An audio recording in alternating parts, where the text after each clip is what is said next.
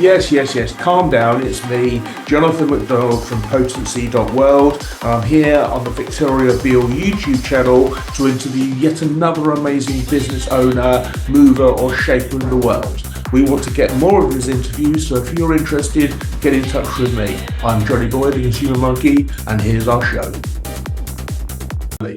Lee, good afternoon. Afternoon. How are you, Jonathan? I'm all the better from hearing from you. We're doing a brief interview today, looking at some themes that are in the press recently, and then we're going to play your favourite song at the end. So you're a copywriter, a storyteller, a neurodivergent, a person with a really significant backstory that makes you who you are. And yet there's all this kerfuffle about ChatGPT or something like that. Now, I heard of ChatGPT from South Park. And certainly younger people are early adopters. But I was looking at a story that was on the BBC recently that only 2% of people use it every day. So with AI programs or tools becoming better, why is hiring a seasoned copywriter still a good investment? I'm going to be perfectly honest with you. For some business owners, it may not be. I'm not going to say that we're the right choice for everybody. I had a potential client a while back who made the comment that good enough is good enough, and that's what he was looking for. And it's like, you can go to ChatGPT for that. Okay, Right. if that is all you want, you can get clunky copy that would be in this somewhere in the neighborhood of hiring somebody from, I'm sorry to say, but from Pakistan, somebody who is a not a native English speaker. Yeah. Realistically, you're going to get about the same quality. I mean, ChatGPT's grasp of English is measurably better, but its ability to understand people definitely isn't. Yes, I found that. And so, oh, sorry. No, please. Yeah, and so there are always going to be those people who are just like, I'm just out for the money. I just want to shove my product down people's throats, and I don't really care about the end user. I'm just a business here. For those, and if you're a bunch of high tolerance for competition, because if you're using Chat GPT, if you're using AI to create your marketing copy, guess what? You're not the only one. Yeah. Okay. Your competitor over here is using ChatGPT. Your competitor over here is using ChatGPT. Guess what? You all sound the same. How do you compete with somebody when everybody's saying the exact same thing? Look at me. I had this in Hoffer, but then the only thing you compete on is price. That's a race to the bottom. Wow. Right? So that's the problem with this good is good enough is good enough mentality. If you want to rise beyond that, if you want to say, what, it's not enough for me to just survive in this industry, it's not enough for me to just be a competitor. I want to be the one to beat. Go out and get yourself a copywriter with a meat computer. Okay? Because because we can do things that ChatGPT can't. I mean, and never will be able to. We can imagine scenarios. We can create. We can imagine things in our minds just out of thin air, and we can empathize with people that we've never met. We can understand what's going on in their lives without ever interacting, really, and that's the human side of it. A strong empathy. That we can use technology to understand people better without making it this automated process and just saying that's just good enough. We think we understand what our customers want, so let's just have ChatGPT figure it out for us. So, long story short, it really depends. If you're looking for the good stuff and you're looking to be a major player in your niche, I would definitely still invest in a copywriter. Not saying that you can't use ChatGPT. some of us do. I do use it for research purposes. Mhm. Um, I also use it to beat me up. I'll throw out the first draft in sometimes if I'm feeling too good about it and go, okay, pick this apart. Show me the holes. Right. And that's something that it's incredibly good at doing. If you start with a good piece and say, pick it apart, show me the holes, Mm. it's incredibly good at that. But if you're doing what the vast majority of AI users are doing, and just saying, here, write me a sales letter about this. Here's what I'm selling, and make it the greatest sales letter of all time, Yeah. then it's going to spew just good enough garbage. Yes. Yes. Uh, you blow me away with that because that encompasses so much. And what I find interesting, so I use it a little bit for research purposes and I use it to pick things apart. Both you and I have neurodivergent properties, and I think it's mostly people that have this creative mindset already that can use AI effectively rather than just doing this because you say, unless you type in the right question, all you get is the same garbage. Try it. So, Exactly. well, Exactly. Yeah. that is clearly a reason why someone should hire a good copywriter. So then, what traits and skills should these business owners? So, who is your ideal target customer and why? Mine, Yeah. mine. Small to medium sized businesses, they tend to be kind of in the fitness space, the self development space. There are a few other verticals that I work in as well, but really, if we own a business, we should be out to be helping people, no matter what our industry is. Mhm. Anyway, so everybody said, I'm here to help people. Well, we all are.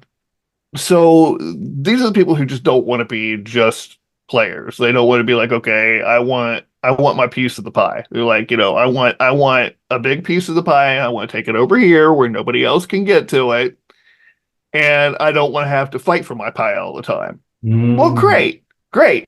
Let's write the copy that gets you the supporters, the customers and clients, and the referral partners, so where you don't have to be over here defending this pie all the time. You've Mm. got you've got a solid pie. You've got steady referrals coming in. You've got customers that love you and want to stay with you and tell other people about you. That all starts with the user experience from the very first time they hear about you. Yes. And I know it's a buzzword now, but copy, I'm sure we'll get into this a little bit more, but copy is part of the overall user experience.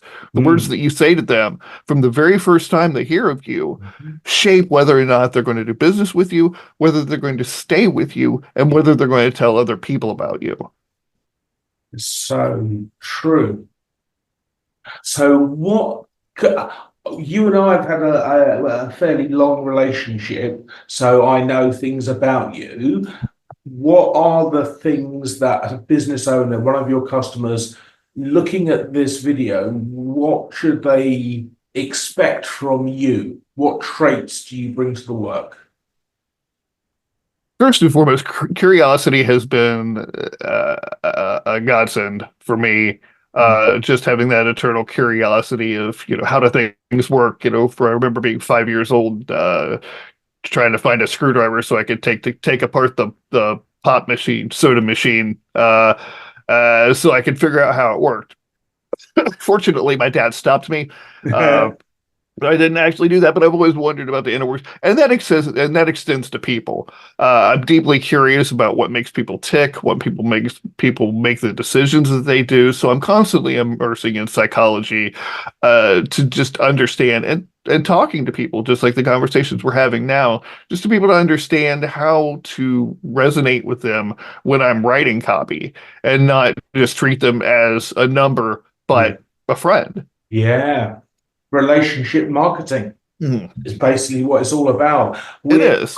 We're coming to the end of our short interview. I've got a couple of minutes left, and I'm interested in a business owner, an SME that's looking at this video. How can they maximize their return on investment with a copywriter such as yourself?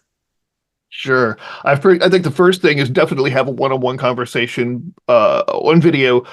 I know a lot of copywriters who are just like, I don't talk to my clients. Just I'll send you this form, fill it out. I'll send you your copy, and you can mount it up on high. Uh, it doesn't work like that. Find out whether your copywriter is really interested in your project. You can tell. Mm. I've talked to potential clients where I'm just kind of like, yeah, I could probably use the extra money right now. And like, I'm not digging this. And, I have to look at them and say, not all copywriters can do this, to say, look, you know what, this sounds great. I'd love to have your money, but I really don't think that I can put everything I have into what you need. That's Mm. great because somebody else has Yeah, that yeah. motivation. Somebody else has that mindset and experience. But it's just not me. So, I think that you need to have that conversation to find out whether they're really in it with you. Um, Involve your copywriter with your team too. I've found tools like Figma, tools like Slack have enabled me to work with designers, with video editors, with UX editors, with all of the people who make this user experience possible Mm. for the customer as they're coming in and meeting you and going through your sales cycle. And I think that communication is super important Yes. because what you're creating is something that is more powerful, hopefully, than any of its individual parts. You're creating something more powerful in the whole in that marketing piece. Wow. I'm amazed because I studied marketing in the UK, and what you've just described is the perfect loop of the marketing process. And that's how you're going to get your ROI back. When you book a one-to-one with Lee, we're going to close out, and if YouTube accepts the copyrights, you'll be seeing, what song are they going to be seeing, Lee? Purple Rain is my favorite song since I think 11, something like Really? that. I still remember being little Lee dancing in the living room, That's the air guitar. Yeah.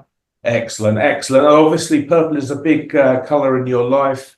You've got a purple room. I've got a purple room. There's something about purple. It's very soothing, I find. So, yeah. I agree. Okay, well, look, thanks very much for being with us today.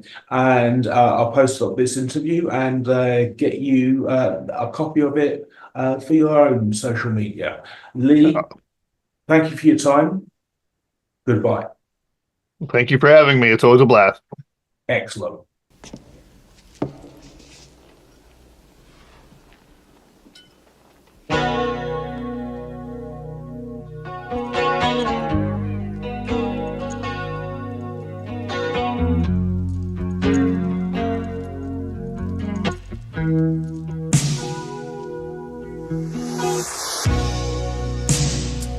I never meant to call you when you sorrow.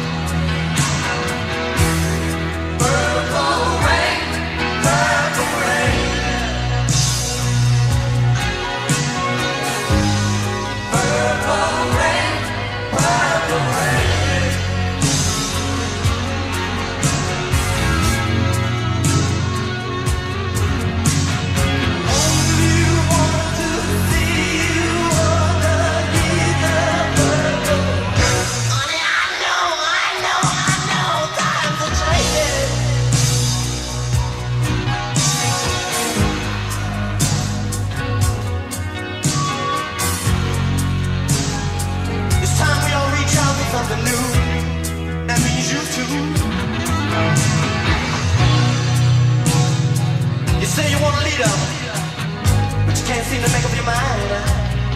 I think you better close it and let me guide you to the purple rain.